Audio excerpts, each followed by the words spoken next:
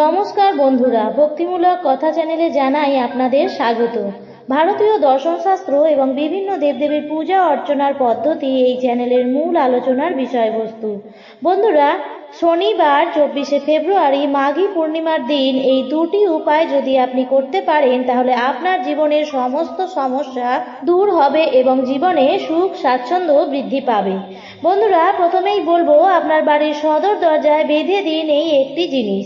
আপনার ঘর থেকে আপদ বিপদ, রোগ জ্বালা যন্ত্রণা এবং বাড়ির সমস্ত নেতিবাচক শক্তি দূর হবে। মা লক্ষ্মীর আশীর্বাদে পরিবারের আয় উন্নতি বৃদ্ধি পাবে, প্রচুর অর্থপ্রাপ্তির যোগও তৈরি হবে, সংসারে সুখ শান্তি বজায় থাকবে। বন্ধুরা, সামনেই আসতে চলেছে বছরের অন্যতম গুরুত্বপূর্ণ পূর্ণিমা মাঘী পূর্ণিমা। হিন্দু পঞ্জিকা অনুসারে মাঘ মাসের শুক্লপক্ষের পঞ্চদশ তিথিতে যে পূর্ণিমা আছে তাকে মাঘী পূর্ণিমা বলা হয়। এই তিথিতে স্নান, দান ও জপ অত্যন্ত ফলদায়ক বলে মনে করা হয়। অনেকেই পৌষ মাসের পূর্ণিমা থেকে শুরু করে মাঘী পূর্ণিমা পর্যন্ত মাঘ স্নান করেন। বিশ্বাস করা হয় মাঘ মাসে দেবতারা পৃথিবীতে এসে মানব রূপ ধারণ করেন। এটি ফাল্গুন মাসে পড়লেও এটি হলো মাঘী পূর্ণিমা। প্রত্যেক গৃহস্থ বাড়িতেই মা লক্ষ্মীর আরাধনা করবার জন্যই এই পূর্ণিমাটি অত্যন্তই ভালো এবং ফলপ্রদায়ী। এই দিন মা লক্ষ্মী এবং নারায়ণ ভগবানের পুজো করলে সেই বাড়িতে সর্বদা লক্ষ্মীনারায়ণের আশীর্বাদ বজায় থাকে। পরিবারের কেউ কখনো ক্ষতি করতে পারে না। তার সাথে সাথে মা লক্ষ্মী এবং নারায়ণ ভগবানের আশীর্বাদ ধন্য এই জিনিসটি যদি বাড়ির সদর দরজায় লাগিয়ে দিতে পারেন তাহলে আপনার পরিবারে কোনো রকম খারাপ জিনিস কেউ করতে পারবে না। যে জিনিসটি আপনারা বাঁধবেন এবং কখন বাঁধবেন এবং কিভাবে বাঁধবেন সেই সমস্ত কিছুই আজকের এই ভিডিওতে আমি বলে দেবো। তাই একটাই অনুরোধ, ভিডিওটি সম্পূর্ণ শেষ পর্যন্ত দেখবেন। আর দেখার পর যদি ভালো লাগে তাহলে ভিডিওটিতে একটি লাইক করবেন এবং পারলে আপনজনদের মধ্যে শেয়ার করে দেবেন এবং কমেন্টসে লিখবেন জয় মা লক্ষ্মী। এবং আপনি যদি এই চ্যানেলে নতুন হয়ে থাকেন তাহলে অবশ্যই চ্যানেলটিকে সাবস্ক্রাইব করে রাখবেন। চলুন বন্ধুরা, এবার বিস্তারিত আলোচনায় প্রবেশ করা যাক। এবছর 2024 সালের মাঘী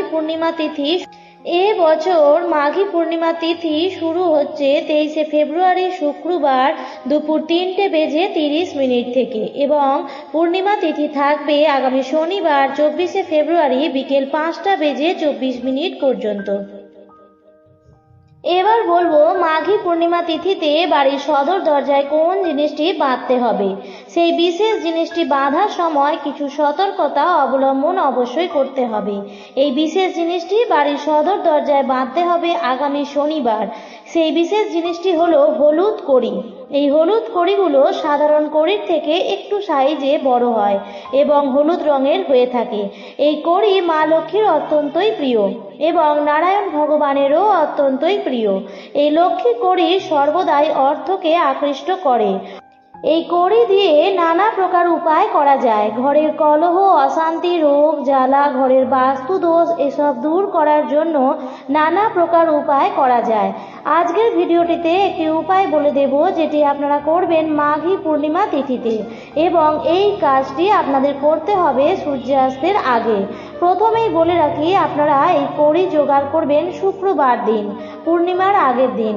পূর্ণিমা পড়ে যাচ্ছে শুক্রবার, কিন্তু উদয়া তিথিকে মান্যতা দেওয়ার জন্য শনিবার দিনই মাঘী পূর্ণিমা পালন করা হবে। এই দিনই পূজা অর্চনা করা হবে। যারা পূর্ণিমার ব্রত উপবাস করবেন তারাও শনিবার দিনই পালন করবেন। এবার বলি, আপনাদের কাছে যদি পাথরের একটি বাটি থাকে তাহলে অত্যন্তই ভালো। এবার এই পাথরের বাটিটিকে কাঁচা দুধ দিয়ে পূর্ণ করবেন। এবার আপনারা নেবেন 11টি হলুদ কড়ি। 11টি যদি জোগাড় করা সম্ভব না হয় তাহলে 5টা বা 7টাও নিতে পারেন। তবে মনে রাখবেন এই কড়িগুলি যেন বিজোড় সংখ্যক হয়। আর নেবেন গোটা হলুদ আর একটু লাল শালু কাপড়। এই জিনিসগুলি আগে থেকেই আপনাদের জোগাড় করে রাখতে হবে। এরপর ওই কাঁচা দুধের মধ্যে সেই হলুদ কড়িগুলো সারা রাত পূর্ণিমার আলোতে ফেলে রাখবেন। যদি একান্তই হলুদ কড়ি না পাওয়া যায় তাহলে সাধারণ যে কড়ি পাওয়া যায় তাই দিয়েও এই একইভাবে এই উপায়টি করতে পারেন। এমনভাবে পাথরের এই বাটিটি রাখবেন যেন চাঁদের আলো সারা রাত সেই বাটির ওপর পড়ে।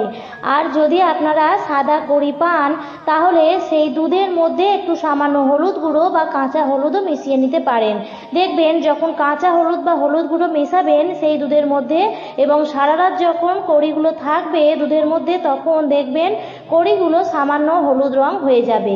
পরের দিন সকালবেলায় সেই দুধটা আপনারা কোনো গাছের গোড়ায় দিয়ে দেবেন আর কড়িগুলো দুধ থেকে তুলে পরিষ্কার জল বা গঙ্গা জল দিয়ে ধুয়ে নেবেন। এই দিন সকাল সকাল ঘুম থেকে উঠে যাবেন। সকালবেলায় ঘুম থেকে উঠে ঘর দুয়ার পরিষ্কার করে নেবেন। আগেকার দিনে সকালবেলায় ঘুম থেকে উঠে বাড়ির বয়স্ক মহিলারা উঠোন ধুয়ে দিতেন অথবা বাড়ির সদর দরজায় জল ঢেলে পরিষ্কার করে দিতেন। এখনকার আধুনিক ব্যস্ততার জীবনে এই কাজগুলি হয়তো অনেকেরই করা হয়ে ওঠে না, যার ফলে দৈনন্দিন জীবনে নেমে আসছে ঝগড়াঝাঁটি, অশান্তি, রোগ ব্যাধি ইত্যাদি।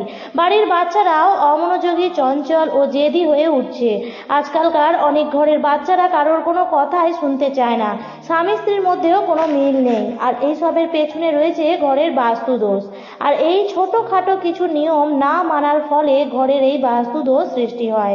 তাই সকাল সকাল কিছু কাজ করলে ঘরের বাস্তুদোষ কিছুটা হলেও অনেক কম হয়। তারই মধ্যে সকালে উঠে সদর দরজায় জল দিয়ে ধোয়া বা উঠোন থাকলে উঠোনে জল দিয়ে ধুয়ে দেওয়া, এটিও একটি ভালো লক্ষণ। সকালে উঠে ঘরের সমস্ত জানালা দরজা খুলে দেবেন যাতে ঘরে সূর্যের আলো প্রবেশ করতে পারে। সকালবেলায় বাসি কাজ সেরে স্নান সেরে নেবেন। স্নান সেরে শুদ্ধ বস্ত্র পরে মাথায় এবং বস্ত্রে ও সারা ঘরে সর্বত্র গঙ্গা জলের ছিটে দিয়ে দেবেন। এর ফলে যা কিছু খারাপ জিনিস আছে তা সব দূরে সরে যাবে। গঙ্গা জল অত্যন্ত পবিত্র জিনিস। গঙ্গা জল সব কিছুকে পবিত্র করে। আপনি যদি প্রতিদিন এটা করতে পারেন তাহলে আরো ভালো সুফল পাবেন। আপনার পরিবার থেকে সমস্ত রকম নেগেটিভ শক্তি দূর হয়ে যাবে। এবার বলবো কড়িগুলি দরজায় বাঁধার আগে কি করতে হবে। এই দিন সকালবেলায় পুজো শুরু করার আগে একটি গোটা নিখুঁত পান পাতার উপর এই কড়িগুলি এবং হলুদটি রেখে দেবেন। প্রত্যেকটা কড়িতে মা লক্ষ্মীর সিঁদুরের স্থান থেকে একটু করে সিঁদুরের টিপ লাগিয়ে দেবেন। এবার মা লক্ষ্মীর পূজা অর্চনা করে মা লক্ষ্মীর কাছে নিজের মনের ইচ্ছার কথা অবশ্যই জানাবেন। পারলে সেদিন মা লক্ষ্মীকে হলুদ ফুল এবং একটি পদ্ম ফুল নিবেদন করবেন।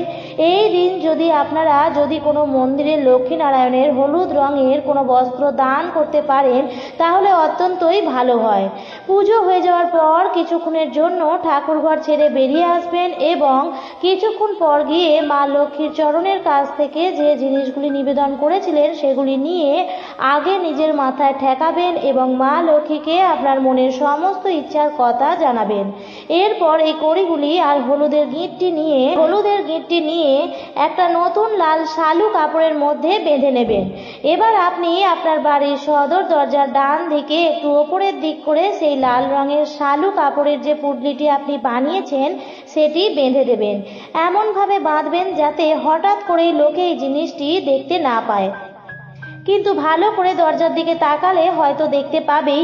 তাও চেষ্টা করবেন একটু ওপরের দিক করে বাঁধার এবং বাঁধার সময় খেয়াল রাখবেন আপনার মুখটি যেন পূব দিকে থাকে। এরপর ঠাকুর ঘরের যে তেল সিঁদুরের জায়গা আছে সেই জায়গা থেকে দরজার দুদিকে স্বস্তিক চিহ্ন বা ওম চিহ্ন এঁকে দেবেন। এটি আপনারা প্রত্যেক পূর্ণিমাতেই করতে পারেন, তবে তার আগে ভালো করে দরজা ধুয়ে মুছে পরিষ্কার করে নেবেন। এবার বলবো আরেকটি উপায় যেটি আপনারা করলে অবশ্যই এর ফল আপনারা পাবেন। এই উপায়টি আপনারা যে কোনো পূর্ণিমাতেই করতে পারেন, তবে যেহেতু মাঘী পূর্ণিমা একটি অত্যন্ত গুরুত্বপূর্ণ তিথি তাই এই পূর্ণিমাতে করা অত্যন্তই ভালো হবে। সবার প্রথমে আপনারা একটা কাঁচের জার বা শিশি নিয়ে নেবেন। রান্নাঘরের মশলাপাতি রাখার কোনো রকম কাঁচের জার যদি থেকে থাকে তাহলে সেই জারটিকে নিলেও হবে, তবে সেই জারটিকে নেওয়ার আগে ভালো করে ধুয়ে মুছে পরিষ্কার করে নিতে হবে এবং এর মধ্যে পরিষ্কার ভালো জল নিয়ে ভর্তি করে নেবেন। এরপর এই দিন সন্ধেবেলায় সন্ধে দিয়ে দেওয়ার কিছুক্ষণ পর এই জারটিকে নিয়ে ছাদে গিয়ে এমন একটি জায়গায় রাখবেন যেখানে চাঁদের আলো সম্পূর্ণভাবে এই জারের উপর পড়ে। তবে জারটিকে রাখার আগে অবশ্যই জারের ঢাকনাটি খুলে জারের মধ্যে যে জল ভর্তি করেছেন সেই জলের দিকে তাকিয়ে আপনার নিজের মনের ইচ্ছার কথা বলবেন। তারপর জারটিকে ভালো করে ঢাকা লাগিয়ে সেই চাঁদের আলো যেন পুরোপুরি ভাবে পায় এমন জায়গায় রেখে দিয়ে আসবেন। এরপর সেই সারা রাত রাখার পর ভোরের আলো ফোটার আগে অর্থাৎ ব্রহ্ম মুহূর্তে ভোর 4টের আগে আপনারা এই জারটিকে তুলে নিয়ে চলে আসবেন। এই উপায়টি করবেন কিন্তু পূর্ণিমা তিথি চলাকালীন, অর্থাৎ এবারে যেহেতু 23শে ফেব্রুয়ারি শুক্রবার দিন পূর্ণিমা তিথি পড়ে যাচ্ছে, তাই এবার এই উপায়টি করবেন শুক্রবার দিন, অর্থাৎ সারা রাত যেদিন পূর্ণিমা তিথি থাকছে সেই রাত্রিতেই আপনাদের এই উপায়টি করতে হবে। এই উপায়টি কিন্তু অত্যন্ত চমৎকারী একটি উপায়। এবার আপনারা এই জারটি থেকে প্রতিদিন জল নিয়ে সমস্ত ঘরে ছেটাতে পারেন। এই জার থেকে জল নিয়ে আপনি খাবার জলের সঙ্গে মিশিয়েও খেতে পারেন। এর ফলে ঘরের সমস্ত নেতিবাচক শক্তি যেমন দূর হয়, তেমনি আপনার যে মনের ইচ্ছার কথা আপনি জানিয়েছেন সেই মনস্কামনাটিও পূর্ণ হবে। আজকের ভিডিওটি এই পর্যন্তই। ভিডিওটি দেখে যদি ভালো লেগে থাকে তাহলে অবশ্যই চ্যানেলটিকে সাবস্ক্রাইব করতে ভুলবেন না। ভিডিওটি দেখার জন্য অসংখ্য ধন্যবাদ।